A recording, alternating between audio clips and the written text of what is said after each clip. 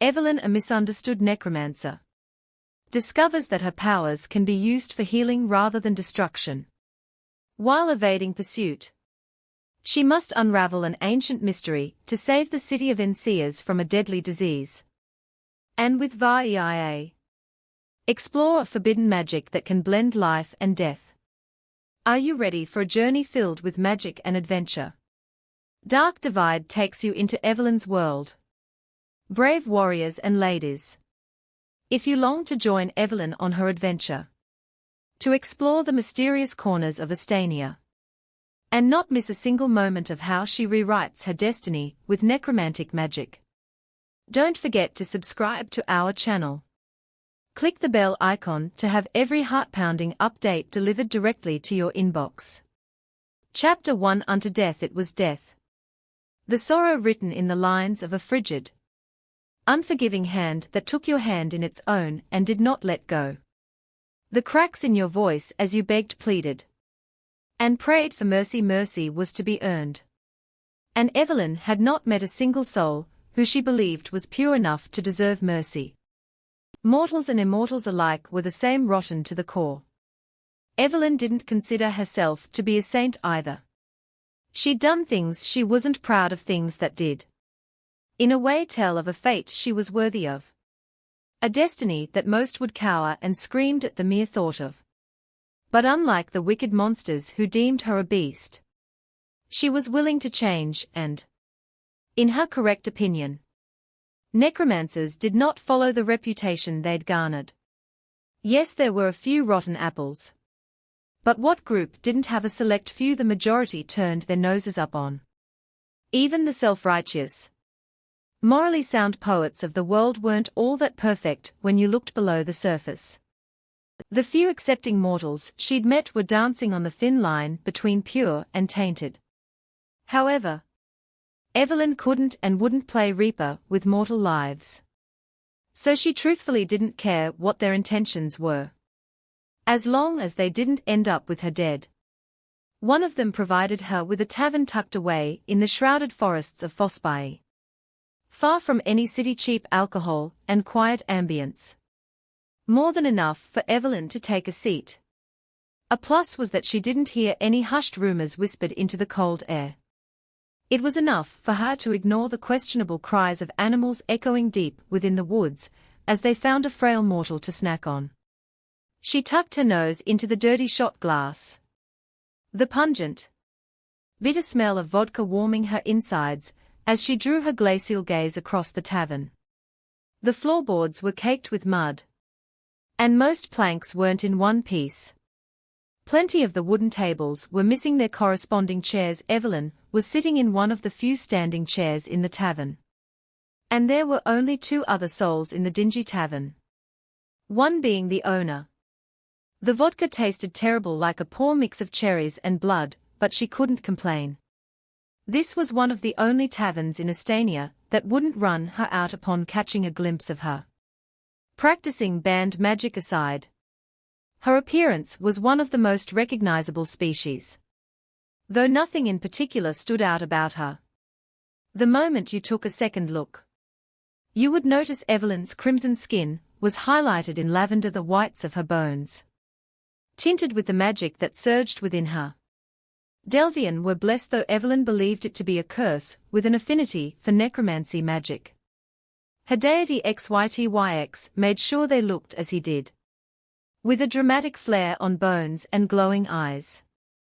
That, paired with being a spooky necromancer, did not make her particularly popular. Evylyn sighed, downing the rest of her alcohol and letting its warmth seep through her chilled body. One of the only pluses to cheap booze, the magic and fruit. It was made from wood, quite literally in some cases. Set your insides on fire. Another round.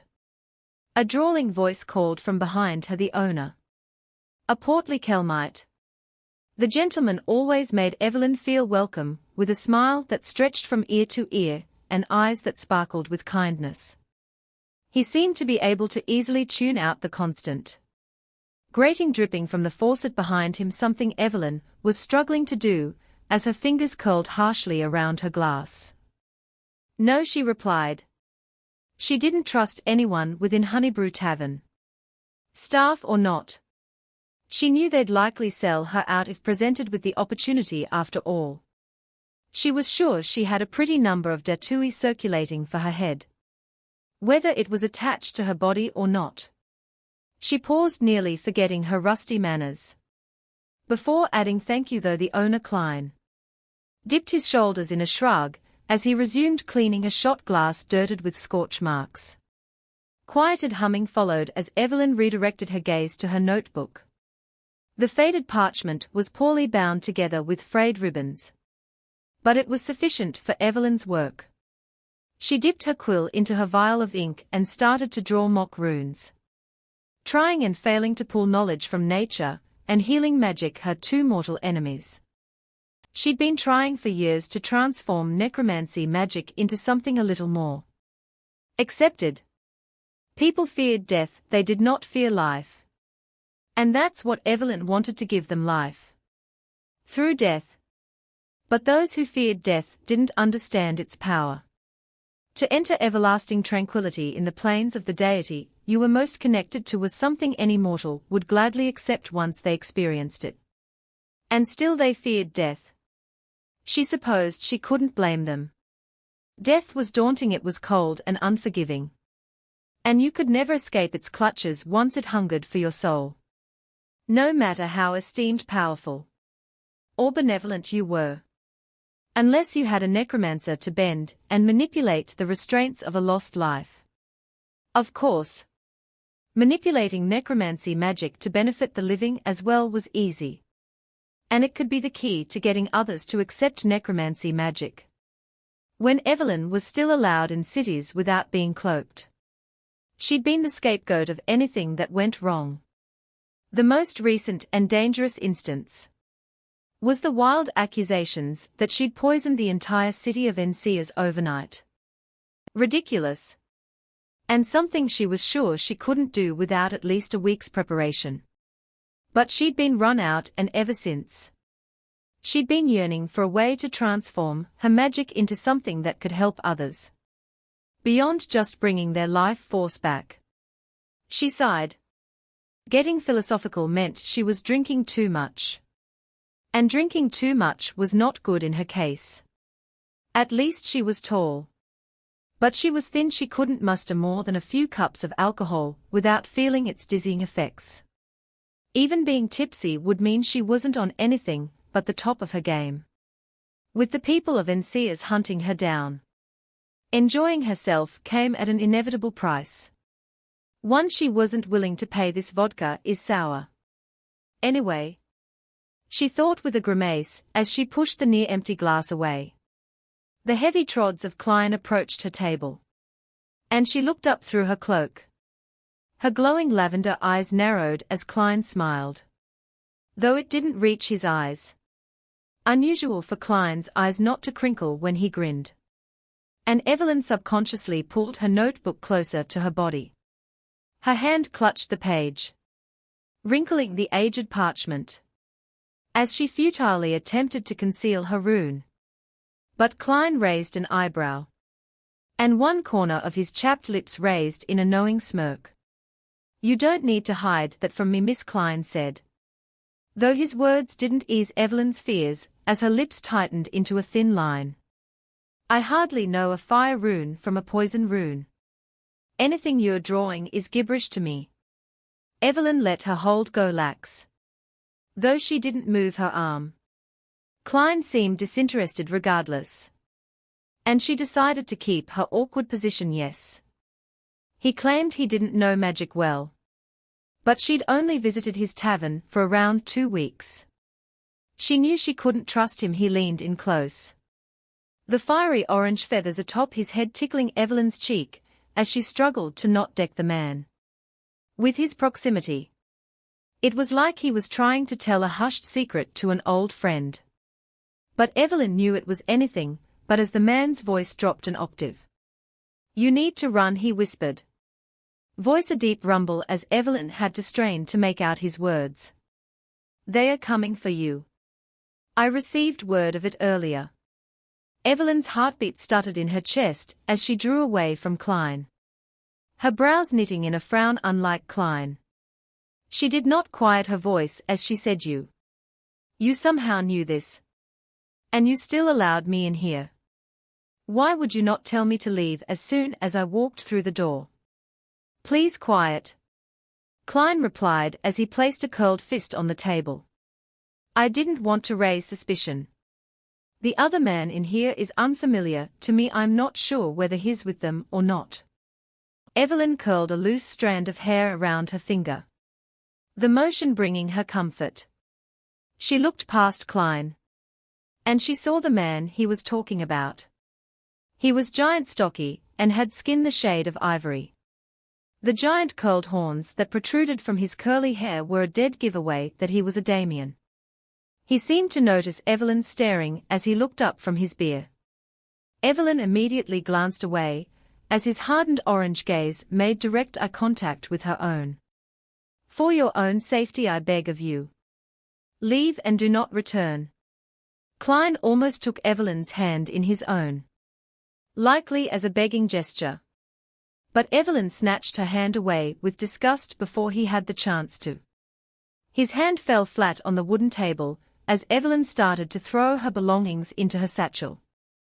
Her body felt flushed, and she could feel a bout of anger threatening to bubble within her soul. She said nothing to Klein, as she pushed herself away from the table and tossed her satchel around her body. She couldn't tell what she was feeling, hurt because Klein hadn't told her. He didn't owe her much, and if his words were true, he likely saved her from a furious mob's wrath. She knew she was feeling some disgust because of how forward he had been with his touching of her skin. But that was something she could push aside. Perhaps it was fear. She hadn't feared for her life since ever. Mortals could not kill her without explicit knowledge of how to do so. And she intended to keep it that way, but deep down, Evylyn had a feeling that her next encounter with a mortal would not be pleasant. It never had been in the past. She swung the door open, a heavy storm greeting her as spindles of lightning crackled across the inky sky. The moon was high and the air was crisp, but heavy with dread.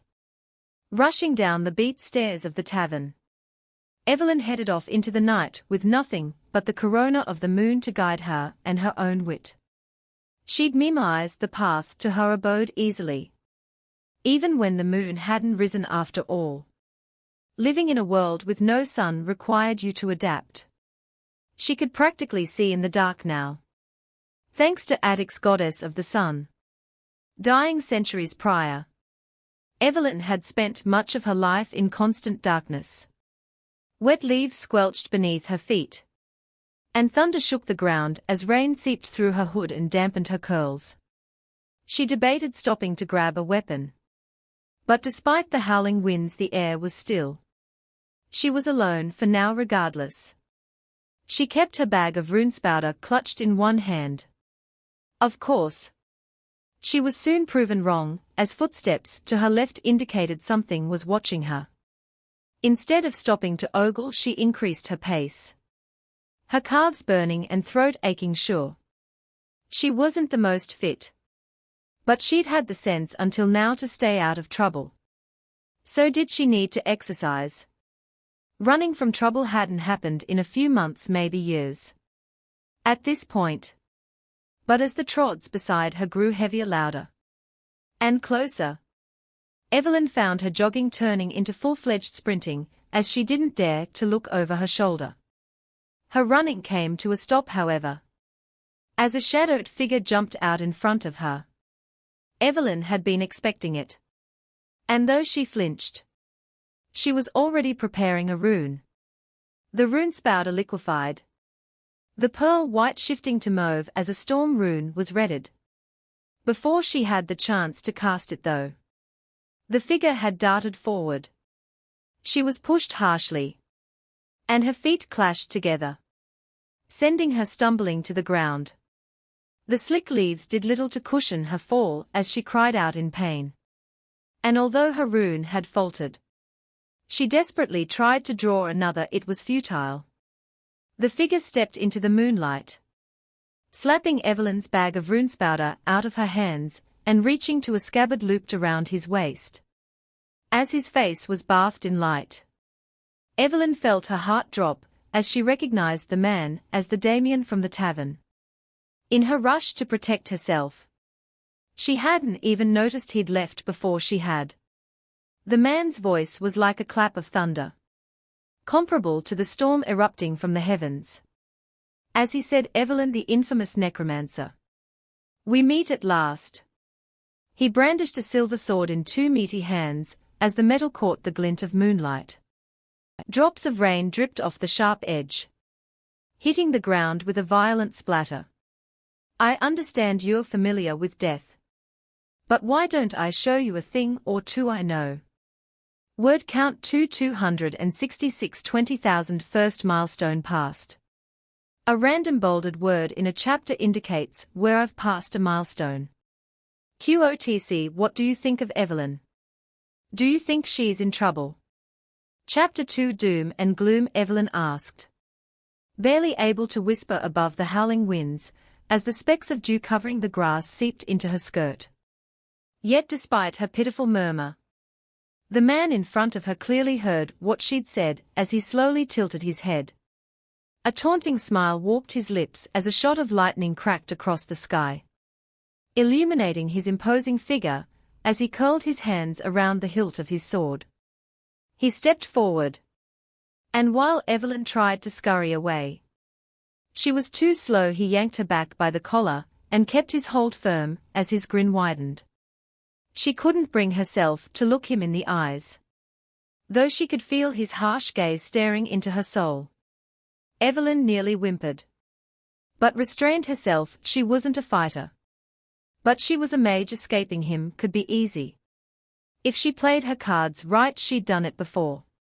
"Look me in the eye, girl," the man said, to which Evylyn discreetly curled her lip. He knew her name but degraded her to that. When Evylyn refused to look at him, dipping her head in a defiant shake, he snapped her head so she was forced to face him. She met his cruel eyes and nearly shrank away. She was not showing herself to be the strong woman she knew she was. Pretending to be a weak doe was practically second nature to her by now. Everyone believed a necromancer was only useful when they had runespowder on hand and rotting bodies on standby. But Evylyn was not a typical necromancer, and they'd learn that soon enough. "My name does not matter," the man continued. "I am your judge, jury, and executioner. And that is all you need to know." Evylyn nearly laughed at the ridiculousness of his statement, but she kept quiet now. He said, readjusting his sword so it pressed into the skin of Evylyn's neck, "How would you like to die?" "There's a bounty out for me, isn't there?" she asked, wincing under his hold as he increased the pressure of his sword. She could feel her skin break, and the warm trickle of blood soon followed. Swallowing shakily, she did not let herself get distracted. After all, this man couldn't kill her unless he knew how. "They are going to wonder if you really killed me. Why don't you take me back to your town and execute me there?" Pathetic judge sneered. His lip curled before one side of his mouth rose in a sadistic grin. "I'll simply bring your head back. They'll believe me with the head of a defiant witch in hand. You can't kill me with a sword," she pressed, praying he would believe her, though he truly couldn't kill her with a sword. If he tried, it would result in a very painful couple of hours for Evylyn. "I am a demigod. It's impossible for you to kill me without the help of a deity or another demigod." She knew telling him how to kill her was very risky, but if it meant she could buy herself time, she'd chance him coming back with an army later on. She could find herself her own skeletal army in a desolate graveyard in the middle of Fossby to meet whatever forces this man could muster. The judge stilled, though his grip on his sword remained stalwart. A crash of thunder shook the ground as the sky lit up. "Who's to say I don't already have the help of a god?" Though Evylyn did her best to show no physical reaction. It was clear she had exhibited some sliver of fear, as a dark chuckle racked the judge's shoulders. He pressed his blade further into Evylyn's skin, a sardonic spark lighting in his marmalade gaze, as his lips stretched into a grin. "Right," he cooed, voice low. "You're the famous and powerful Evylyn. No one can kill you. Because you know death better than anyone." "Sounds about right.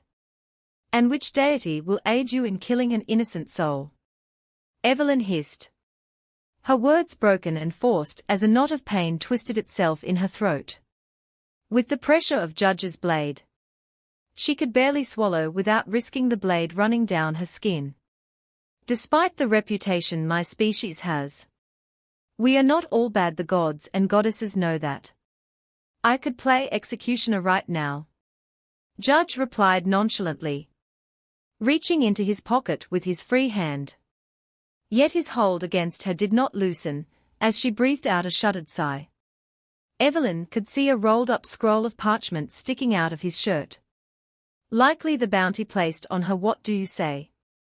"I'll call your bluff. You know you can't kill me without help."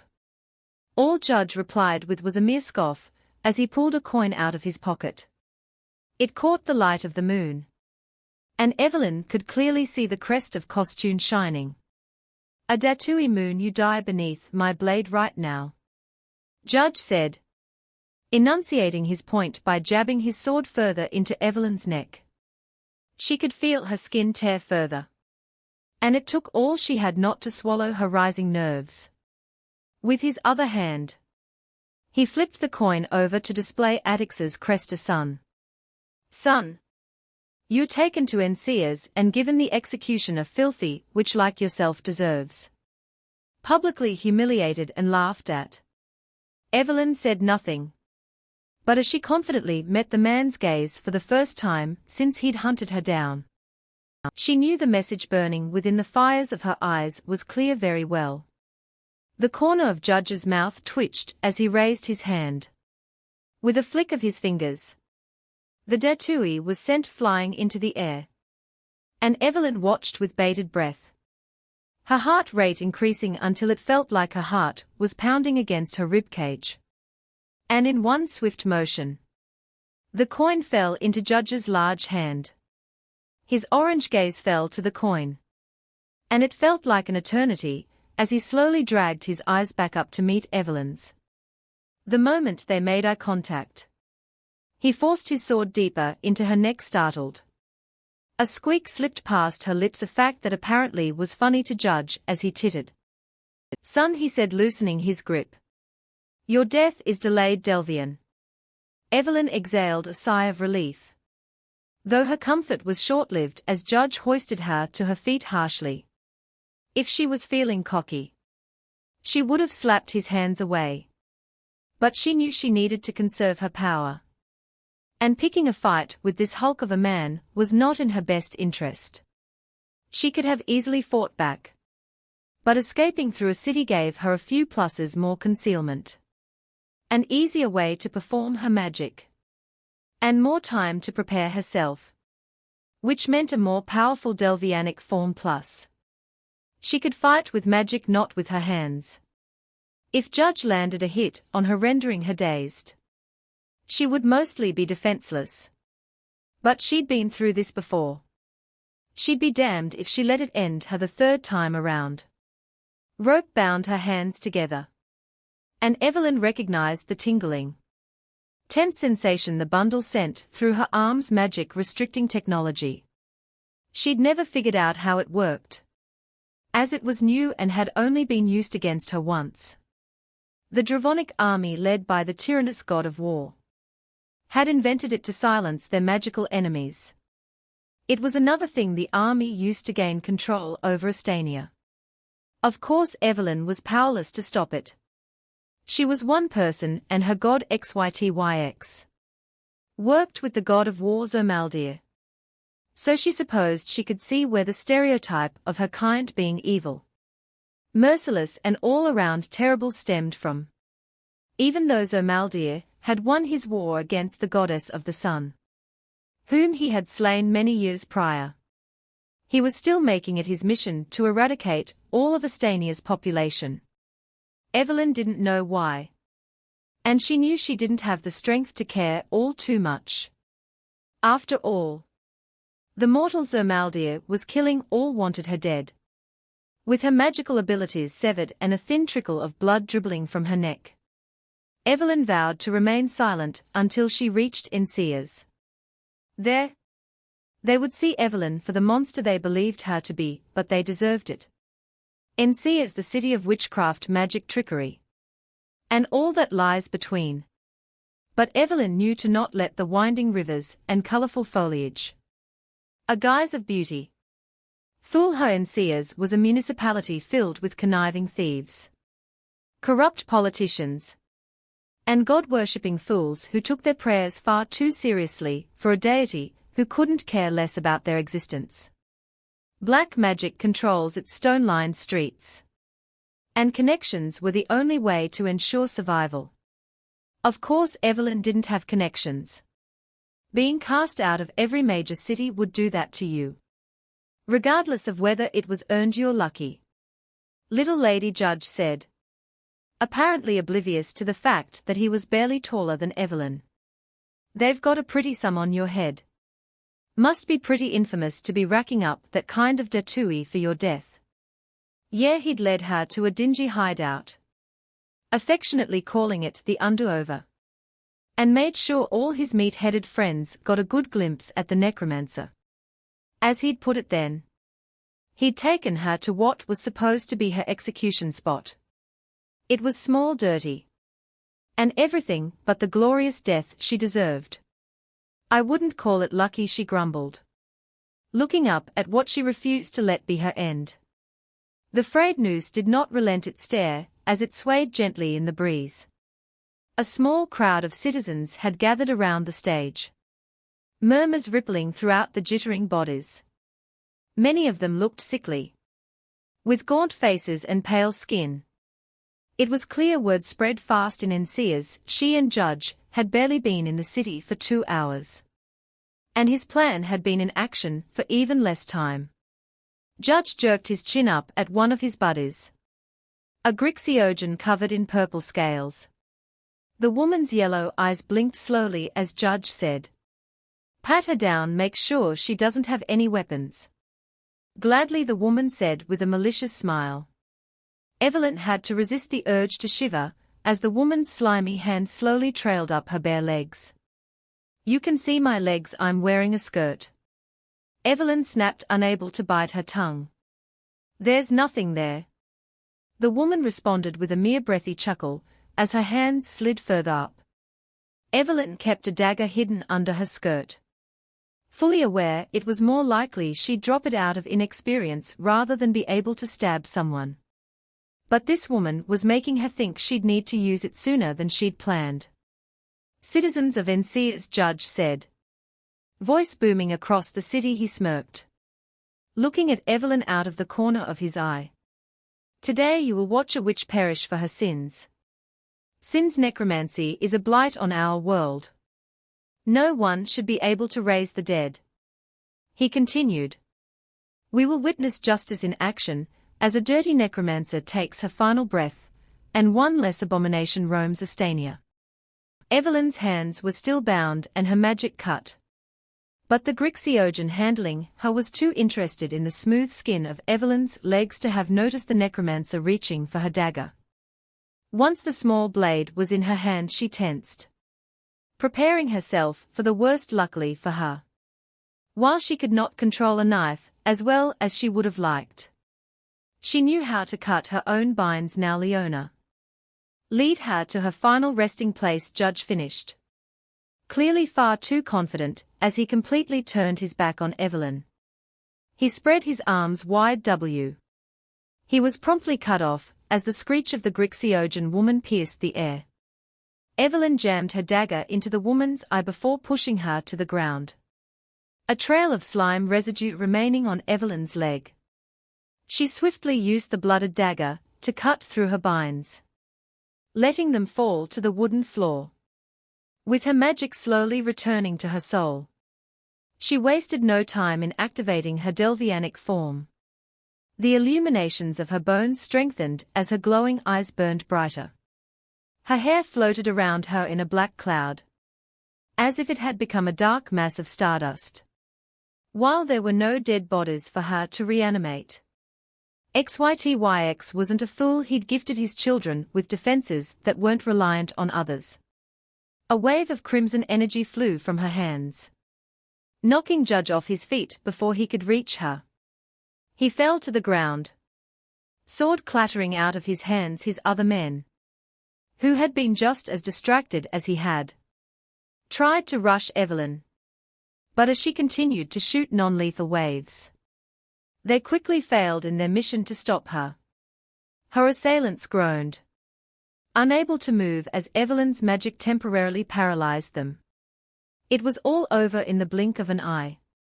And the audience was watching with horror-stricken gazes as they held their breath, likely scared Evylyn would turn on them next. Though Judge did not shift, Evylyn could feel his eyes on her. She met his gaze. Raising her chin, "You may think you have one witch," he rasped, orange gaze blazing, "but you have not. We will meet again, and I'll be prepared. Maybe you should have read up on how to deal with a witch who has a brain." She replied, a smile gracing her lips. "Don't come after me, you'll regret it. I won't be as merciful if we meet again." And with that she took off from the stage, pushing through the crowd, who reluctantly parted for her. She ran as fast as her legs would take her. But as she neared the gates, her heart dropped at the ensuing commotion she could hear behind her. Rapid pops of what she assumed to be gunfire rang out, along with screams and cries of pain. Bullets whizzed past Evylyn, one grazing the tip of her ear. She picked up her pace, but not before a searing pain clamped at her gut. She was shot. She stumbled, nearly falling as black spots crowded her vision. She held her side as tightly as she could, her chilly hands growing warm as hot. Sticky blood coated her skin. The smell of iron and death plagued the air as she stumbled out the gates and broke free into the wilds. Her shaking body did not relent just yet, even though she felt her movements growing sluggish and sloppy. She forced herself forward, her breathing coming in ragged pants.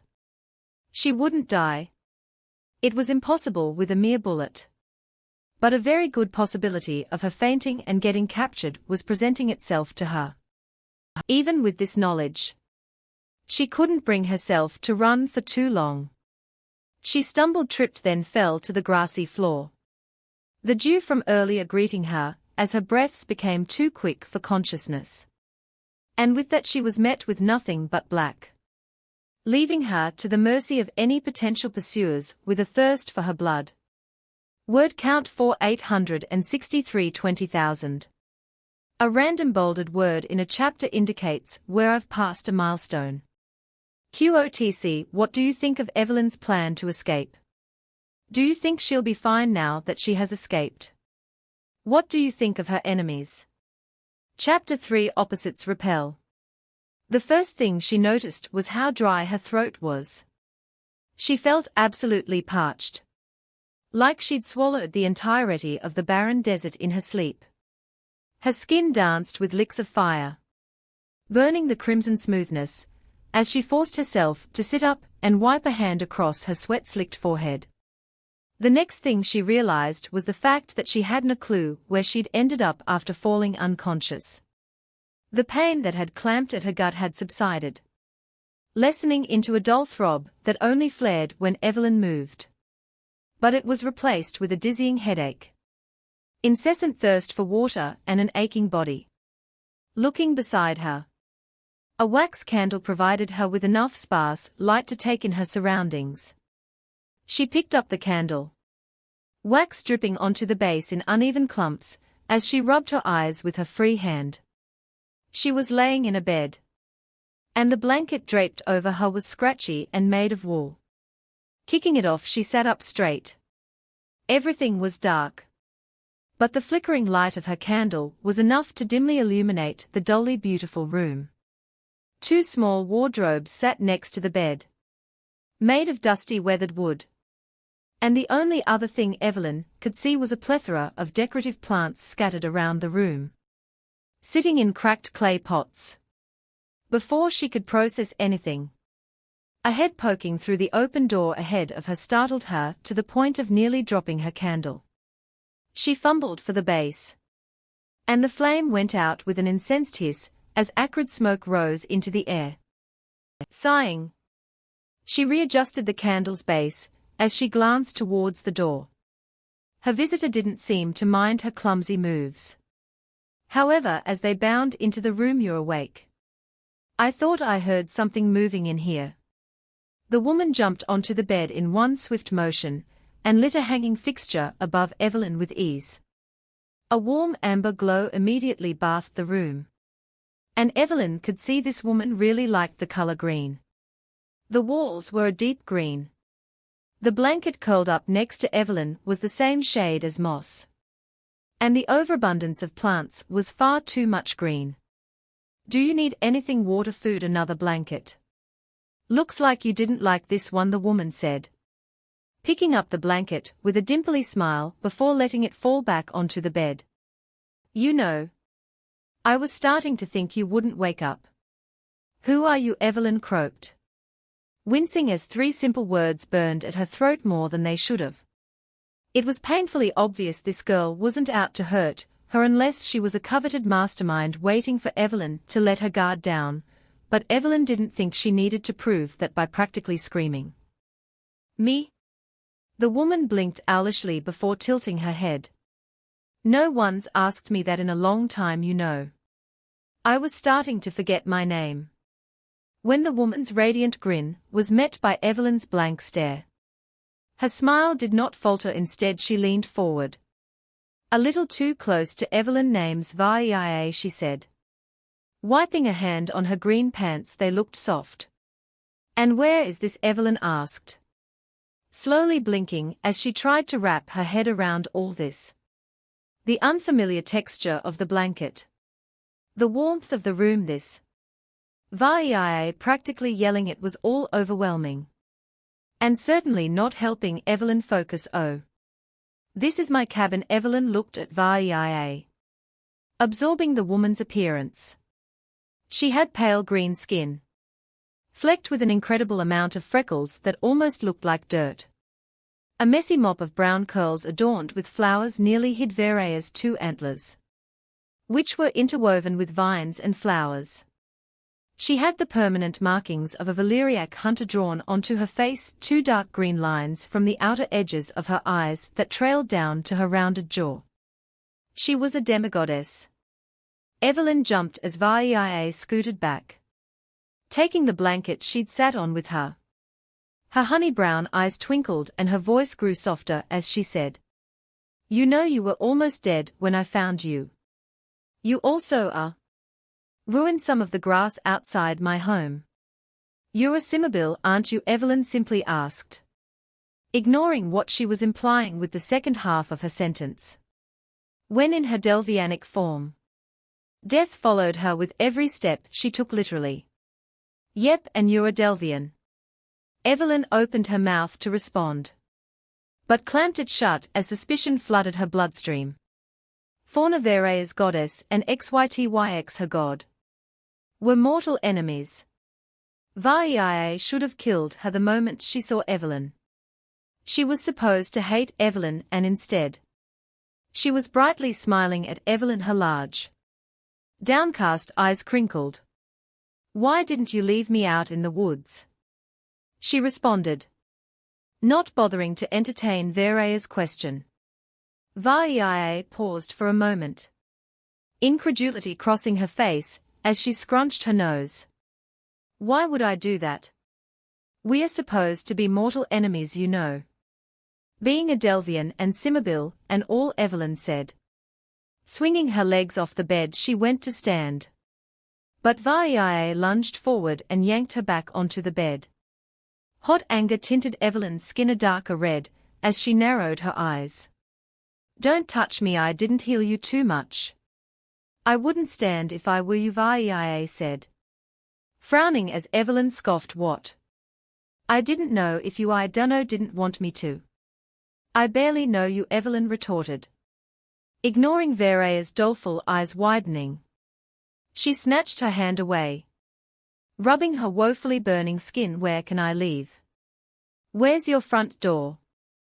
Vareia's crestfallen expression shifted into something more incensed. Evylyn believed it was hard to tell, but she didn't particularly care. She stood, pushing past the shaking that bit at her legs and walking to the door. Outside of here to the right, Vareia said. Her voice hushed. The mumbled words seemed to grow quieter, despite Evylyn not moving. I wouldn't leave if I were you though. Evylyn slowly glanced over her shoulder, suspicion taking firm hold of her previous anger as her eyes narrowed. Is that a threat? What? A smile grew on Vareia's face as she tittered lightly. She took a step forward, forcing Evylyn to retreat 2 steps back through the open door. No, silly. Those bounty hunters who were looking for you. They are still around, I'm not sure where. But when I was dragging you through the woods, I could see and hear them, whatever you did to them. They are not happy about it, they are not leaving soon. I would imagine. Evylyn exhaled a shaky breath, fanning her nostrils as she crossed her arms. Her desire to leave had jumped out the window if Vareia was telling the truth. But how could Evylyn know she was? She didn't even know the woman for XYTYX's sake. Sure. It's totally likely that you heard bounty hunters talking about how evil I am, and you still decided to save my life. And I'm positive you know what species they were. She dug her blunt nails into her skin, shifting to the side. Well, there was a Damien, a Grixiogen, a Corine, and a Camion, Vareia said, her honey gaze floating upwards as she counted with her fingers. There might have been more, it was dark cause. You know, no son and all, I couldn't really okay. Evylyn retorted, I don't need an entire list. How many goons did he bring? How close were they to hear? Vareia pursed her lips, her eyes fixating on Evylyn. You know, you could be a little nicer, seeing as I saved you from death and all. Evylyn bit back her immediate reply, I don't owe you anything in favor of a slightly nicer approach. I've talked to approximately 4 Astanians in the past 200 years that didn't want to kill me. That's not exactly an impressive ratio, considering I've met hundreds of them. And I'm not seeing why you're any different. Well, I'm different because I've lived long enough to appreciate life and know that sometimes people are just misunderstood. Once you learn to embrace that, your entire outlook changes. I was like you once. What is that supposed to mean? Evylyn asked, the tips of her ears burning as an embarrassed flush crawled up her neck. She didn't know if what Vareia was saying was positive or negative. But either way, she didn't like what the woman was implying. And how would Vareia know she was like Evylyn when they'd barely talked? We are nothing alike. I'm not saying we are, Vareia said quickly. What I am saying is that we were both cynical. I'm not anymore. You just need a push in the right direction to regain a positive outlook on life. I think I don't need anything valent, Vareia. So I suggest you stop pestering me before you understand why XYTYX and Fauna's children are supposed to hate each other.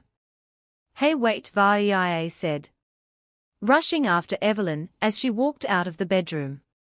Don't leave. Evylyn held back on an insult. After all, in some capacity Vareia had saved her. But she wanted to leave and get revenge on the man that almost killed her. And that wasn't going to happen if she stayed in Vareia's house twiddling her thumbs. Look, Vareia, I appreciate you helping me, but we are not supposed to like each other. I don't know why you didn't let me die, but that's not something for me to dwell on. Staying here will not help me accomplish the things I need to do. Why is it so hard for you to change your mind on this? Vareia said. Though her voice wasn't angry like Evylyn expected. It was disappointed. Evylyn was silent for a moment. She didn't know why it was so hard for her to change her mind on certain things. But if she suddenly changed her entire viewpoint on life, it would rupture any sense of calm she'd been desperately trying to maintain for years. She'd been told since she was a child that she was supposed to hate anything related to fauna, including her children. Why should she change what had been drilled into her for so many years because she'd met some random Cimmerbill? I don't know, she replied bitterly. Maybe because I met you 10 minutes ago, and you're trying to get me to change my entire outlook on life. I'm not. Vareia paused for a second before scrunching her nose. Okay, maybe I am. But you have evidence right here that what you've been taught is a lie. A lie, Evylyn snapped, voice bouncing off the walls as she curled her hand into a fist. She pushed forward near the door. Vareia didn't follow her. I'm not going to believe some random girl I just met over my father. Vareia opened her mouth to respond, but clamped it shut after Evylyn shot her a warning glare. Her head was pounding. Her throat was still lathered with persistent flames, and she could feel tears threatening to brim in her eyes. But despite Evylyn's clear cautionary gaze, Vareia quietly said, they were right near my house. For all I know, they are right outside. All the hot fury flooding through Evylyn's veins turned to ice in an instant, and her eyes went wide. She was quiet for a moment before asking, and you said the grass was burned? Well, not exactly. Do they have a trail leading straight to your house? Vareia clicked her tongue as realization seemed to dawn on her. Why, yeah, I guess they do, but before you get mad. Are you dense? Evylyn hissed, trying her best not to raise her voice in case they were outside. Why in XYTYX's name would you do that? It wasn't my fault you're heavy and I'm weak. Evylyn struggled to rein in an even breath as she shut her eyes, tightening her fists as she willed herself to calm down. She could hear Vareia lightly step forward next to Evylyn. I'm sorry, she said, voice barely a whisper as Evylyn opened her eyes. Vareia was standing beside her, though she'd given Evylyn space. Evylyn looked down upon her, feeling a slight twinge of guilt at Vareia's tiny form, which seemed to grow smaller as Evylyn stared at her. I panicked. I just wanted to make sure you didn't die. Evylyn forced herself to take a deep breath, using her hand to wrap her skirt's fabric into a ball as she squeezed it. Slightly calmer, she opened her mouth to apologize, trying her best to make her voice as soft as possible. But she was interrupted by heavy knocks against the door, alerting them to someone standing outside. And as Vareia pulled back her curtain, Evylyn could see her pale green skin shift to a ghostly white as her face blanched. Word count 7049 20,000. A random bolded word in a chapter indicates where I've passed a milestone. QOTC. How do you like Vareia? Do you think Evylyn is just in her suspicion of Vareia? Who do you think is outside? Chapter 4. Raw Calamity.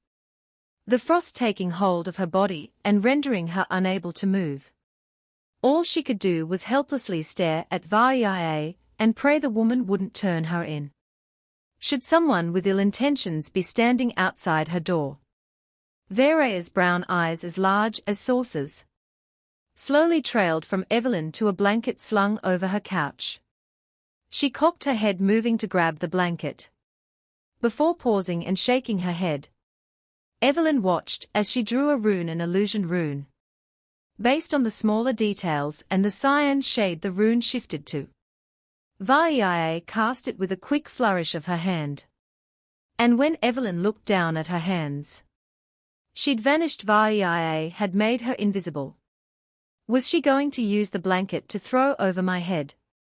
If someone wasn't standing outside, Evylyn would have commented on how foolish that idea would have been, assuming that was Vareia's plan. But she instead remained silent as Vareia cracked open the door. A smile crossed her face, though her eyes remained nervous and shaky.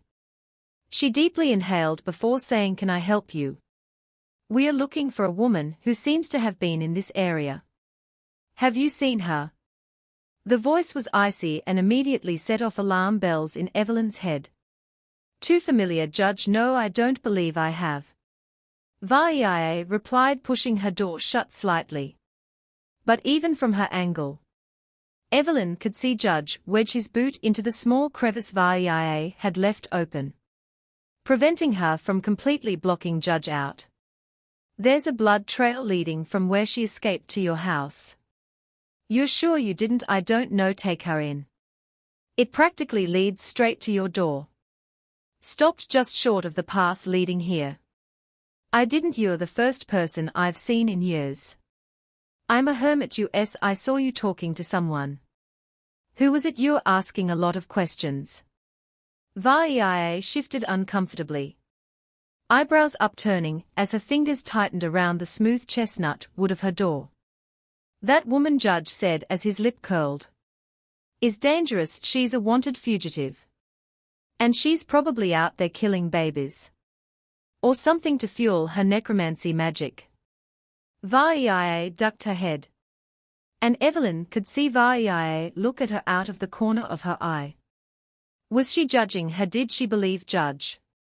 Anger flooded Evylyn's veins, and she took an indignant step forward at the potential realization. If Vareia of all demigods was going to judge her, the woman had another thing coming. "Can I come inside?" Judge asked, though it sounded like more of a demand, judging by his gruff tone. Evylyn hesitantly paused. She couldn't say anything to Vareia with him here. "Yet I'll be quick." "No," Vareia said, trying her best to shove the door shut. But it proved futile as instead the door swung open. She skittered backwards, flustered demeanor causing Judge to cock an eyebrow up. "Sorry, Miss," Judge said as he walked into the house, narrowed eyes surveying the interior design that was crawling with large leaves and billowing plants. "You'll understand once you see the monster." "She's not a monster," Vareia snapped before slapping her hands against her mouth, her eyes somehow growing bigger. Judge tilted his head, gaze stilling as he looked at Vareia, resting a hand against his hip. His voice dripped with lethal curiosity as he asked, "So you've met her?" Vareia visibly hesitated before saying, "I know your assumptions are baseless. How do you know she's a monster, and how do you not?" "She was here," Vareia said, raising her chin. Her hands curled into fists, and though they trembled, Vareia hid them behind her legs and remained stalwart.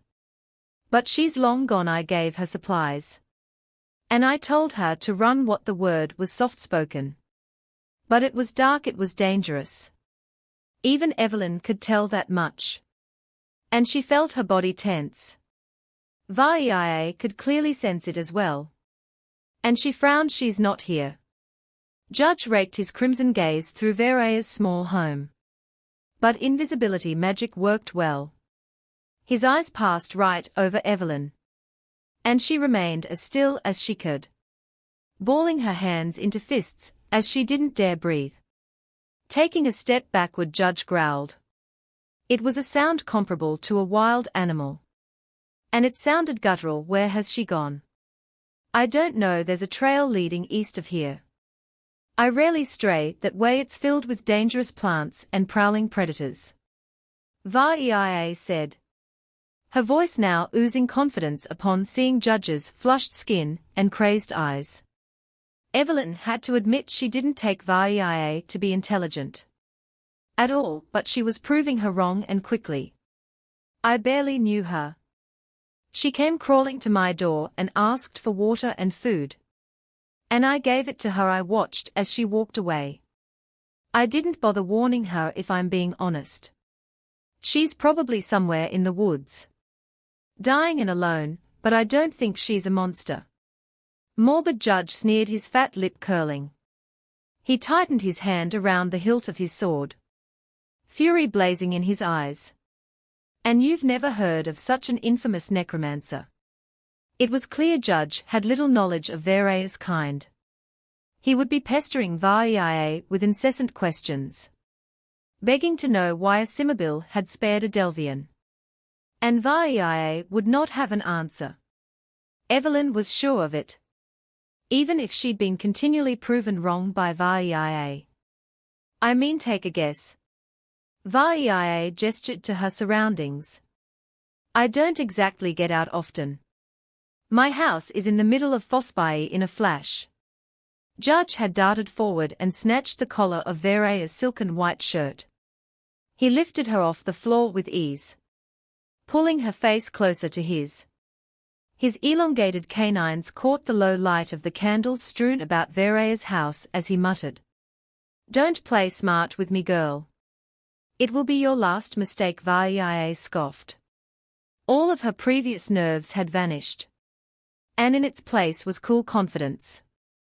Her once cheerful eyes were cold as she lowly said, "Really, I've never lost a bounty target. I have notoriety, infamy, anything you can name. I have it. I could squish you under my shoe without batting an eye," he said, voice low. Evylyn hesitated to move. She barely knew this woman, and she wasn't going to risk her life for her. Vareia did nothing at first, then she smiled. "What? You find this funny?" Judge asked, fingers curling deeper into the fabric of Vareia's shirt. "A little bit, yes." Vareia wrapped her hand around Judge's, and then Evylyn saw it. Her honey-brown eyes had shifted, and were now glowing a pale green. As realization dawned on Judge's face, it was too late. The markings adorning Vareia's face had adopted the same glow as her eyes. And without so much as lifting a finger, the tangled vines scattered around her house sprung forward. They wrapped themselves around Judge's mouth, silencing the man with ease as he let go of Vareia. Startled, she did not fall to the ground. No. Another bundle of vines caught her fall. They raised her to eye level with Judge. And though Evylyn could barely see the two from her angle, she could see the absolute fury etched onto Vareia's face. A complete contrast from the sweet, kindly girl she'd been talking to 20 minutes prior. The vines slid down Judge's throat, though still covering his mouth, and wrapped themselves around his neck.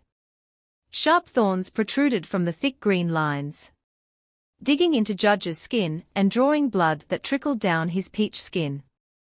Vareia yanked Judge's head forward when the Damien tried to look away. Her words were quiet, and Evylyn could barely hear them. But every word was woven with the wrath of nature Vareia possessed. And she made that known as she said, "If you ever come back to my house, or if I ever see you again, your neck won't be the only thing bleeding." She paused for a moment, narrowing her eyes before chuckling. "You're not going to find what you want here. And I suggest you stop looking for her entirely, before you regret it." The divine rage flowing from Vareia did not subside as she crossed her hands behind her back, though the door to her home flung open as she readjusted her hands. Without a word from either Vareia or Judge, as his mouth was still bound by thorns and leaves, the man was tossed out the door in her ogling. Evylyn hadn't even noticed how Vareia's hair had started to float, and the flowers threaded into her hair fell limp as her hair followed suit. To see the furious power from a Cimabile, the raw, unfiltered calamity of a woman defending someone she barely knew. It was something Evylyn had never seen before. And it was unsettling, Evylyn believed. She couldn't place the exact emotion. But as she broke her invisibility spell, she had no words sorry about that, Vareia said, her sweet tone returning as she ran a hand through her hair. As she readjusted her appearance, there was no hint that she'd ever been anything more than slightly rattled. "Are you okay?" Evylyn tried to speak, but no words came out. She cleared her throat and found her mouth was still hanging open. She clamped it shut, remaining silent for a moment before blurting, "Are you okay?" What was that? A man touching a woman when he shouldn't. Vareia shrugged, walking to her counter. The surrounding vines receded, shrinking in size as they crawled back into their clay pots. "I have no issue showing my strength, I just don't. It leaves others surprised, you know. When they think you're a weak little sapling. With that power, you could gain the respect of everyone. Is that not something you would want?" "I don't want respect, I want love. But I haven't been able to find that in a world like this," Vareia said. She stilled at her counter before her brown eyes slid over to Evylyn. "You never told me your name, you know, Evylyn," she finally said after a moment of internal struggle. She didn't know how to feel around Vareia now. She'd honestly believed her species to be superior to Cymmabil because of Xytyx's preaching. But that clearly wasn't the case, at least not when there were no dead bodies involved. Should she stick around? Vareia could be a valuable ally. And while she quickly got on Evylyn's nerves, the behavior was sort of endearing after the initial annoyance. But at the same time, what if Vareia used those same powers against Evylyn? "Nice to meet you, Evylyn," Vareia responded with a soft smile. "Do you want some tea?" You were so energetic before, sporadic. You were practically bouncing off the walls. And then that, and now you're... Evylyn grabbed her hood and tugged it over her head, closing her eyes. This was too much. Tea wouldn't soothe Evylyn's wild wave of emotions. And neither would whatever Vareia could respond with. "You sure you're okay? This is just, it's a lot." Evylyn muttered. Her head was pounding, and she just wanted to sleep. Her midriff wound was now uncomfortably shifting against her skin, and the familiar aching had taken hold of her skin once again. But she swallowed the pain. "Why didn't you kill him?" When she could feel a rush of air in front of her, she opened her eyes. Vareia was standing in front of her again, looking up at her. She pointed to a chair at her countertop, and Evylyn assumed she wanted her to sit. So she obliged. She was too tired to argue. "You didn't seem like you liked it when I touched you out of nowhere." Vareia paused before frowning, "Which I am sorry for. Sometimes I get too much energy, and I don't think before I act, you know. But I'll avoid it, and I didn't kill him because that's not how I roll. He won't come back unless he's stupid anyway." "Why are you doing this?" Evylyn asked bitterly after a moment. There had to be an ulterior motive to Vareia's actions. There never wasn't in her world. "What do you mean?" "Being nice, making me tea." She nearly spat as Vareia placed the mug in front of her, but it wasn't incense lathering her voice. It was shame and treating me better than I deserve. "Why I wasn't nice to you? We're supposed to be enemies and you don't have a reason to do any of this." Vareia was silent for a moment before shrugging. "I don't know, it costs me nothing to be nice to you. And I know you're hiding something under this tough exterior. Am I right?" When Vareia winked at her, Evylyn averted her gaze and let her chin fall to the counter as she sighed. "I don't know. Hey, cheer up, silly. What if I told you I had an idea?" "What is it?" she mumbled as she lifted her head and curled her hands around the scorching hot mug. She winced as her hands burned, and she decided to let the ceramic cool before drinking. Well, you say everyone hates you. Why is it deserved? Because it doesn't seem like it is. Vareia turned and crossed her arms.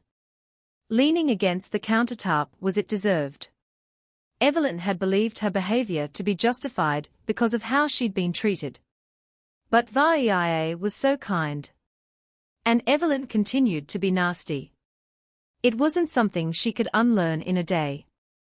Considering she had to be rude to survive, but where do I begin? Evylyn rolled her eyes before sighing again. I practice necromancy, which is illegal. But I don't think that's the main reason. You know Ensceas, yeah. And you know the sickness that's plagued them, yes. Vareia said after a moment. Well, they think I caused it. I haven't done that magic in years, but somehow I am magically responsible for a city of thousands being affected by an incurable disease. Do you know how ridiculous that all sounds? She snapped, and Vareia simply tilted her head. I don't think you need to get anger. I'm not angry. Evylyn said. I'm just, yeah, I guess I am angry. Sorry. It's okay regardless if they think you caused it. Why don't you fix it? What fix the disease? Cure it. Then they won't have a reason to hate you. Besides the whole necromancy thing. But we can solve that when we get to it. Evylyn took note of the way she said we. And straightened her spine. I don't know you. And I appreciate what you're doing for me. But if I'm going to fix this like you suggest, I don't think I want help. The truthful words were hard to say. But Evylyn forced them out before shakily swallowing. You also thought you wanted to leave. But look at us now, Vareia said with an affable grin. Just give it a shot. I promise I won't be a nuisance. You're not a nuisance. I'm sorry if I made you feel that way. Evylyn replied, frowning. She leaned against her hand as she slowly inhaled before saying, Fine, I'll give it a shot. The video is about to end. But Evylyn's adventure has just begun. Want to follow her to uncover the secrets of Ensceas and explore the deeper powers of necromancy? Don't hesitate. Subscribe to our channel now and embark on your fantasy journey. Remember to click the bell icon so that you can join us at the first moment whenever we release a new chapter of the adventure.